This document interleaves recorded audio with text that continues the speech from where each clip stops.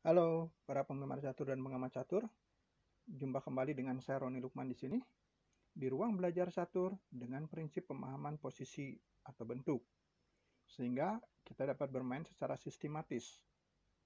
Sebelum melanjutkan video ini, saya mohon dapat dibantu untuk memberikan like dan subscribe agar kita tetap dapat menyaksikan video-video menarik lainnya.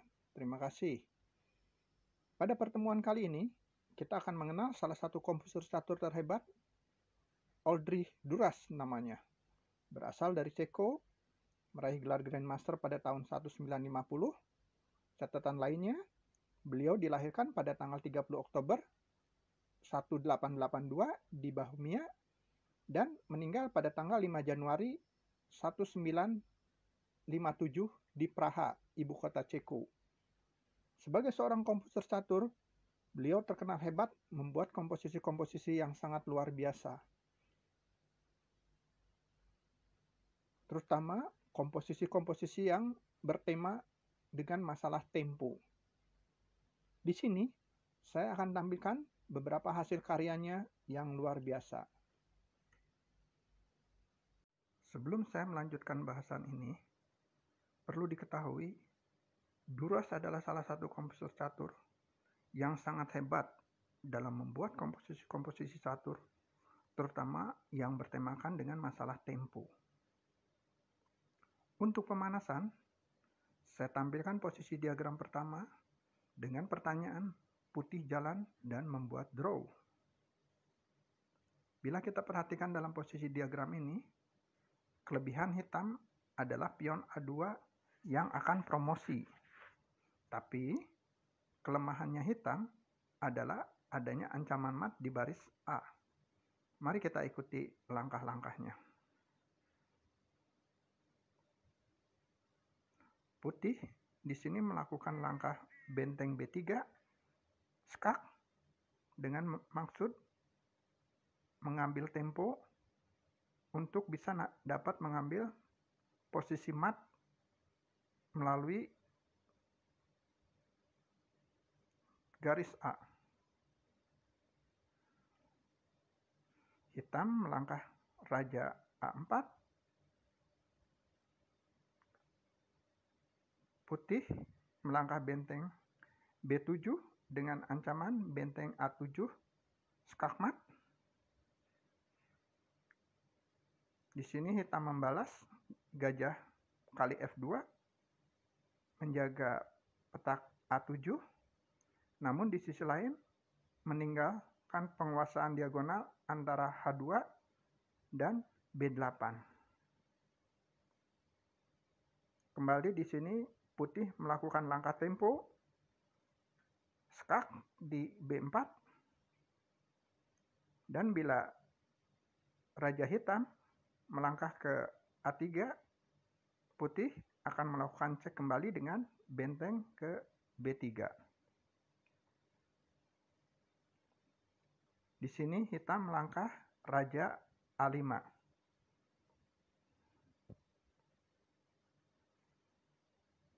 Putih melangkah benteng B3. Langkah yang bagus sekali.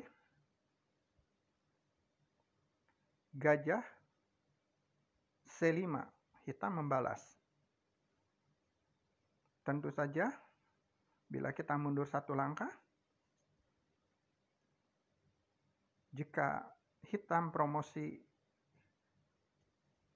A1 menjadi menteri,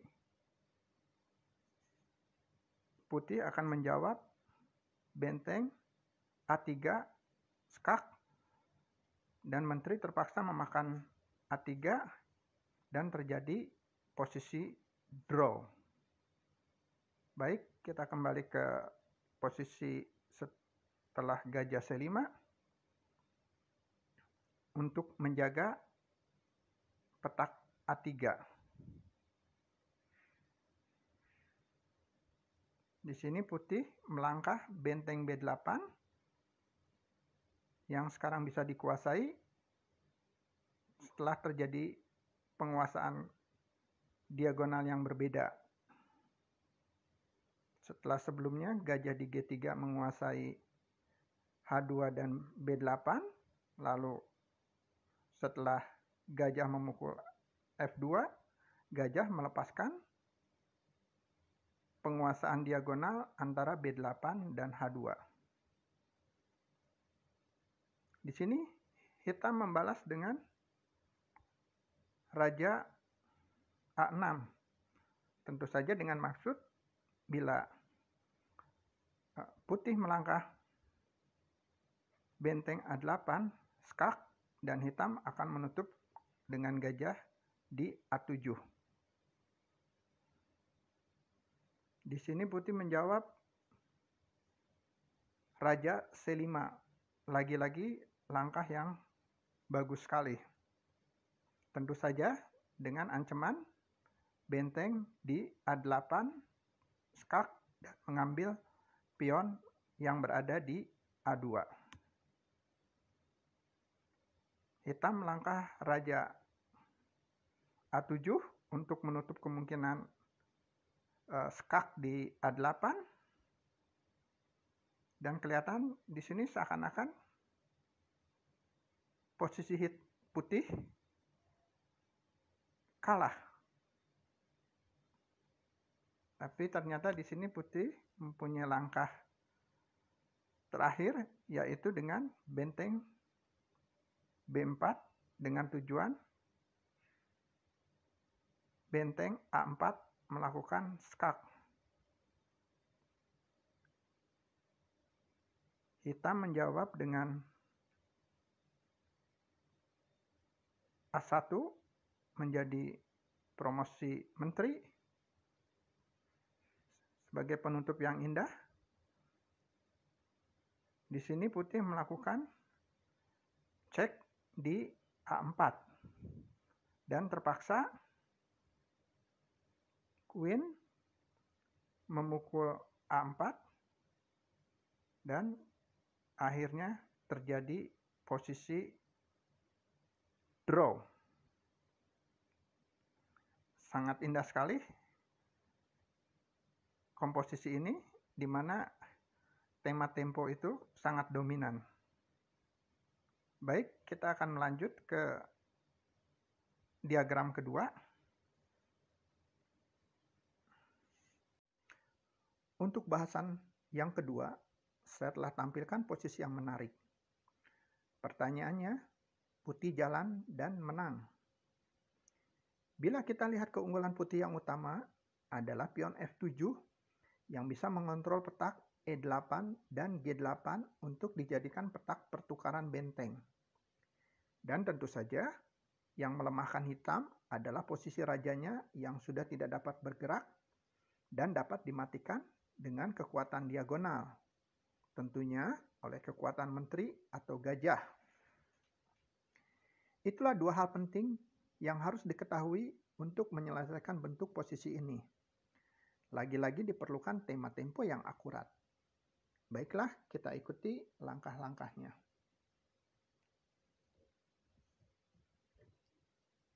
Langkah pertama putih adalah benteng G6. Tentu saja langkah tempo. Bila kita kembalikan posisi semula, jika putih melangkah benteng E6, akan dijawab oleh benteng F8. Lalu jika putih melangkah benteng E8 skak, akan dijawab dengan langkah bagus oleh hitam, gajah D8. Tentu saja jika benteng kali F8, terjadi bentuk posisi draw. Baik, saya kembalikan, mundur satu langkah. Dalam posisi ini adalah posisi yang sangat menarik.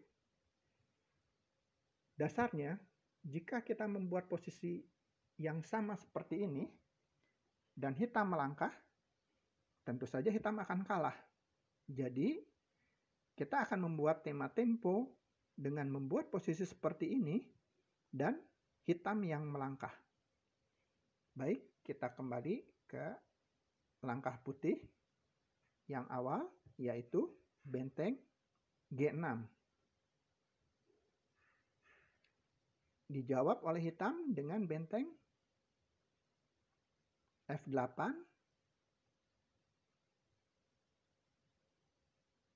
Putih menjawab benteng E6. Hitam menjawab dengan langkah bagus gajah A5. Jika raja makan A5, tentu saja dijawab dengan benteng kali F7. Atau jika benteng E8 skak, akan dijawab dengan langkah bagus gajah ke D8. Jadi tentu saja di sini kita memerlukan langkah tempo kembali. Baik, setelah gajah A5, putih lagi-lagi melakukan langkah tempo, yaitu dengan benteng E7.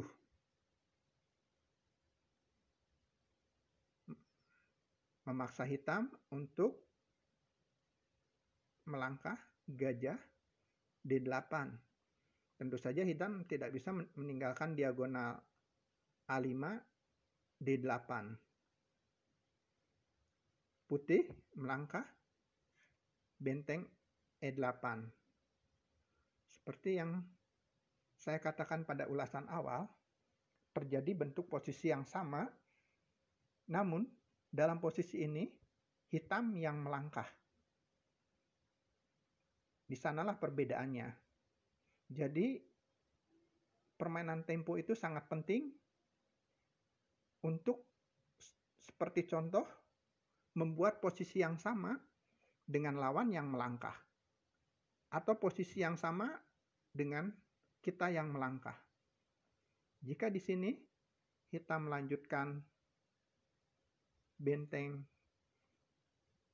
kali E8, F kali E8, promosi menjadi gajah dengan ancaman gajah C6 checkmate, tidak bisa ditolak. Baik, kembali kepada posisi sebelumnya. Setelah putih melakukan langkah benteng E8, kembali di sini hitam menjawab dengan langkah bagus, yaitu benteng H8. Tentu saja benteng H8 tidak bisa dimakan, karena jika dimakan terjadi bentuk posisi draw. Putih kembali melakukan langkah tempo untuk menutup pergerakan benteng di baris 8 dengan melangkah benteng G8. Dan akhirnya putih tidak mempunyai pilihan lain untuk memakan benteng G8. Dan putih menjawab dengan F kali G8, promosi menjadi bishop atau gajah. Tentu saja tidak promosi menjadi menteri, karena kalau promosi menjadi menteri terjadi bentuk posisi draw kembali. Setelah promosi menjadi gajah, putih mempunyai ancaman cek di D5 yang tidak dapat dielakkan oleh hitam. Seperti contoh, misalnya di sini hitam melanjutkan dengan gajah B6 dan putih melanjutkan gajah D5 checkmate. Sungguh sangat menarik sekali komposisi ini, di mana permainan tempo benar-benar dimaksimalkan. Semoga pelajaran ini bisa menjadi manfaat buat kita semua. Dan selanjutnya dalam pertemuan yang akan datang, saya kembali akan membahas komposisi dari Ulrich Duras dengan tema-tema langkah-langkah tempo. Sampai jumpa di pertemuan yang akan datang. Salam catur, gens una sumus. Terima kasih.